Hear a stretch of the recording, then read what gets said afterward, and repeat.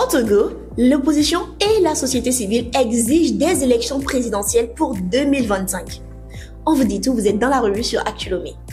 Commençons par les élections au Togo. La politique, Brigitte Adjamago Johnson tire la sonnette d'alarme.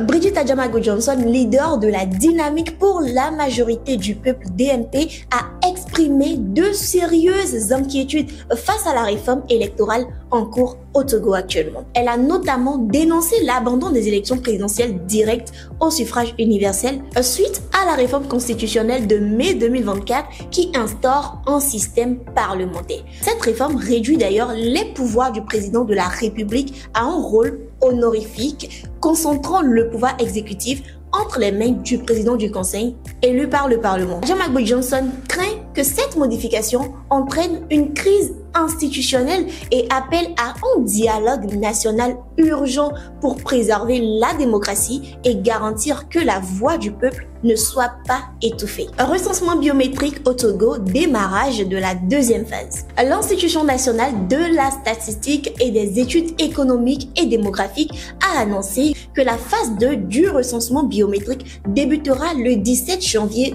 2025. Cette phase concerne les préfectures de Tandjouaré, Oti et Oti Sud, avec la possibilité pour les retardataires des zones précédentes de compléter leurs inscriptions. Il faut noter que ce processus est essentiel pour faciliter l'accès aux services publics, à l'éducation, à la santé et aux services bancaires. Nous sommes à présent dans le secteur financier. Au Togo, 72 institutions de microfinance officiellement reconnues par l'État. Chers abonnés, le gouvernement togolais a validé officiellement 72 institutions de microfinance à travers le pays, renforçant ainsi le système financier décentralisé SFD. Il faut noter que ces structures comprennent des coopératives d'épargne, des mutuelles et des caisses d'épargne jouant un rôle crucial dans le soutien aux petites entreprises et la promotion de l'inclusion financière.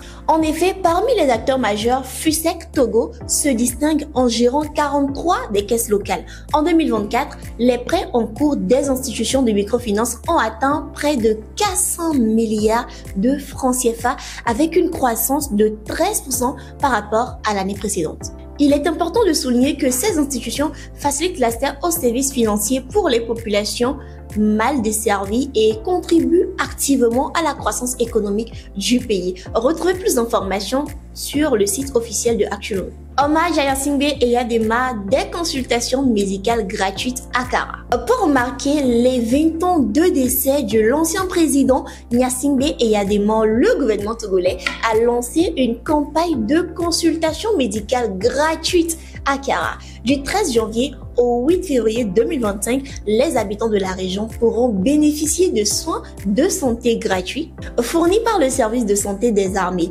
Cette initiative vise non seulement à honorer la mémoire de l'ex-président, mais aussi à sensibiliser la population à l'importance de prendre soin de sa santé. Dans ce cadre, le gouvernement a lancé le programme sous le slogan Prenons soin de notre santé et honorons ensemble la mémoire du père de la nation. Et pour finir, comme nous l'avons préannoncé, l'opposition et la société civile au Togo exigent des élections présidentielles en 2025. À moins de 40 jours de la fin du 4e mandat de Faure Gnassingbé, une coalition du parti d'opposition et d'organisations de la société civile exige la tenue d'élections présidentielles en 2025 au Togo.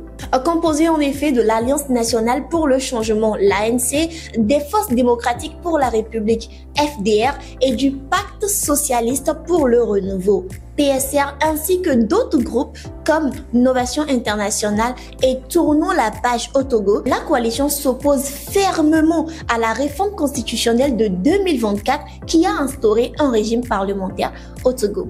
Ils appellent à une mobilisation de la population pour garantir un retour à l'ordre constitutionnel et expriment leur inquiétude face à l'éventuelle prolongation du mandat de l'actuel président sans consultation populaire. C'était Farida Binola pour vous. L'information en temps réel, c'est sur Actu Lomé. Merci à vous d'avoir suivi cette revue. Lâchez-vous dans les commentaires. Que pensez-vous de l'exigence des élections présidentielles en 2025 au Togo? Actu Lomé.